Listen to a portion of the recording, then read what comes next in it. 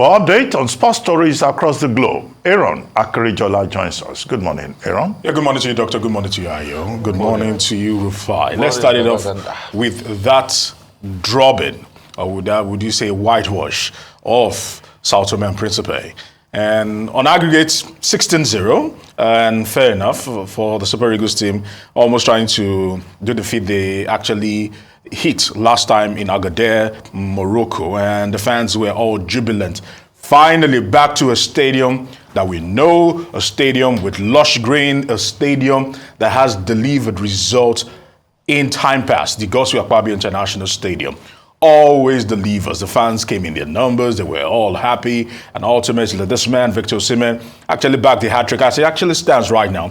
There are talks about Victor Osimhen and the race to probably beat the great Rashidi Yekini. Rashidi Yekini, in 62 games, he was able to notch 37 goals. Victor Osimhen is on 20. He has been able to surpass Obafemi Martins on 18, Ikechukwu Uche on 19, but the likes of Yak on 21, Shego Odegbami on 27 still are ahead of him, and the great late Rashidi Yekini on 37. So Victor Osimhen there, the shining light of Nigerian football at the moment, the shining show of eyes, and yesterday he got his hat-trick and went home with the match ball. Away from that, Ayo, finally, would you say it has come to roost?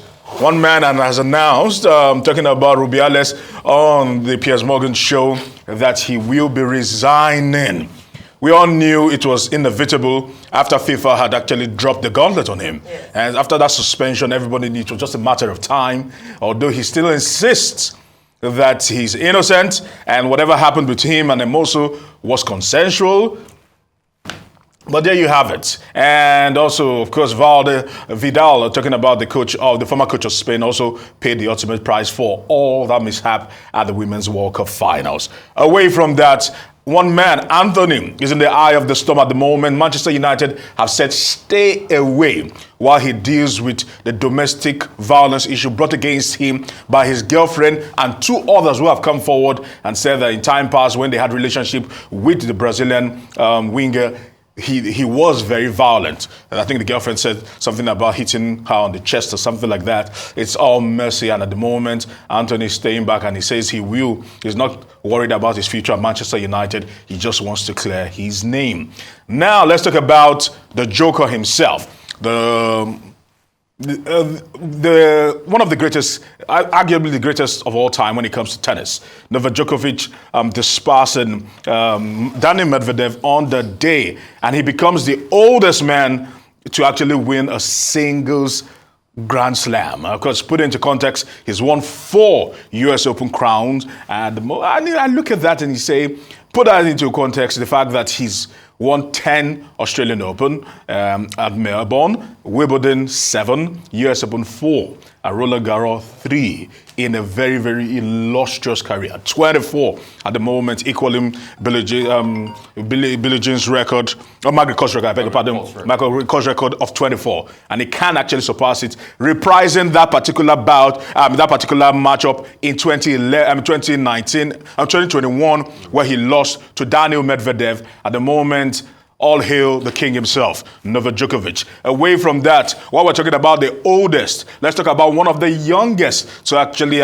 do this, talking about Coco Gauff at 19. Also dispersing Sabalenka, and she can't say for herself that she's entered tennis royalty in the US, because since Serena Williams did it back in 1999, no one has actually done it at that young age. Of course, we have the likes of Sloane Stephens, who did it in 2017. She was like a one-hit wonder. Of course, Venus Williams also was dominant in her era. But at the moment, this is the rising star. Her name is Coco Gauff, and this accolades came in from President Barack Obama, the Miami Heat, James Blake, and former President Bill Clinton have all paid a massive homage to what is the force that is rising in female tennis. Talking about Coco Gauff. Can she keep that consistency is left to be seen. Now, this is Coco Gauff while she was very young. And just put it into context, some years later, not too long after that, she was on center court